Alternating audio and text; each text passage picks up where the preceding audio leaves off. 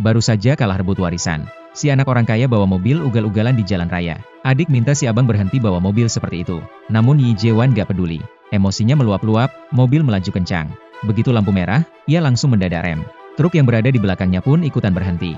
Sopir truk dan istrinya yang tengah hamil tua tampak terkejut. Si sopir membunyikan klakson berkali-kali sebagai bentuk protes. Mendengar suara klakson yang bising itu, Yi Jae-wan justru semakin emosi. Ia mengambil tongkat baseball dari bagasi mobil, lalu memukul mobil truk secara membabi buta. Istri sopir ketakutan, memohon suaminya tetap berada di dalam truk agar tidak perpanjang masalah. Lampu lalu lintas berubah hijau. Sopir truk perlahan menjalankan kendaraannya. Ia pergi dengan tatapan mata penuh emosi. Yi Jae-wan tersinggung berat. Ia kemudian melaju untuk mengejar mobil truk dari belakang.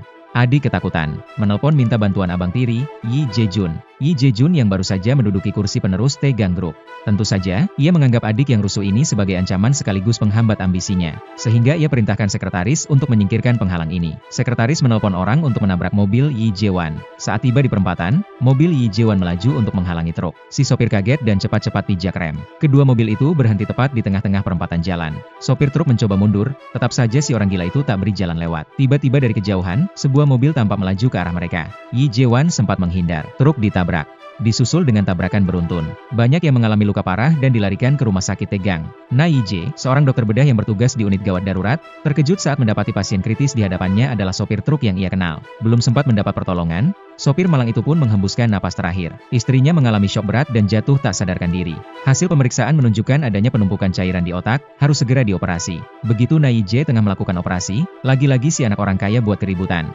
Mengetahui Na Yi-jae adalah dokter terbaik di situ, Yi Jae-wan bawa-bawa nama ayah. Selaku anak pemilik rumah sakit, minta Na Yi-jae hentikan operasi, untuk tangani luka jidat adiknya. Mau itu orang kaya atau anak pimpinan, Na Yi-jae tak peduli. Ia terus melanjutkan operasinya. Tak lama kemudian, Na Yi-jae dipanggil atasan. Kirain ada hal urgent, ternyata si anak orang kaya tadi lagi. Na Yi-jae tekankan, ia utamakan tangani pasien kritis. Karena itu juga, terjadi adu mulut di antara mereka. Begitu kembali ke kamar operasi, istri sopir mengalami henti jantung mendadak. Ia pun pergi menyusul suaminya. Na Yi-jae sangat sedih. Tak hanya sampai di situ, ia kemudian ditangkap polisi atas tuduhan malpraktik. Izin praktik dokternya pun dicabut. Tentu saja semua ini ulah Yi Jae-wan. 3 tahun kemudian, Yi Jae-wan ditahan terkait kasus narkoba. Dalam perjalanan menuju lapas, ibu Yi Jae-wan merekayasa kecelakaan demi membantu anaknya melarikan diri.